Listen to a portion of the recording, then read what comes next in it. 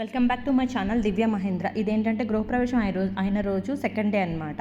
Night 3 నిద్రలు చేయాలి కాబట్టి సెకండ్ డే ఇది. సో నేను ఇంకా ఇంట్లో మొత్తం మళ్ళీ ఒకసారి క్లీన్ చేసేసుకొని అన్నీ దీపం పెట్టుకుందాము, పూజ చేసుకుందాము అని చెప్పేసి అయితే అన్నీ రెడీ చేసుకున్నాము. ఇలా నేను మా వారు కూర్చొని కుంకుమ పూజ అయితే చేసుకున్నాము. సో ఫస్ట్ పూజ అయితే కంప్లీట్ చేసేసుకున్నాం అనమాట.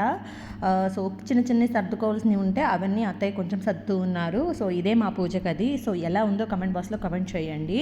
అండ్ ఇదంతా అయ్యే వరకే నైట్ 12 అయింది. సో లేట్ అవుతుంది అటు ఇటు తిరగడానికి. అయినా కానీ మంచిగా చేసుకుంటూ ఉన్నామన్నమాట. ఇంకా డిన్నర్కి కూడా టైం అయిపోయింది. 3 హలో, హాయ్. ఏం చేస్తున్నావు?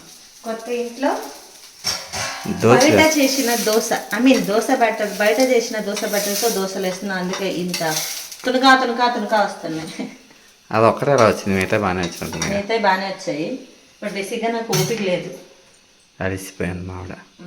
అలిసిపోయి దోశలు వేస్తున్న దివ్యవాణి. Okay, bye bye.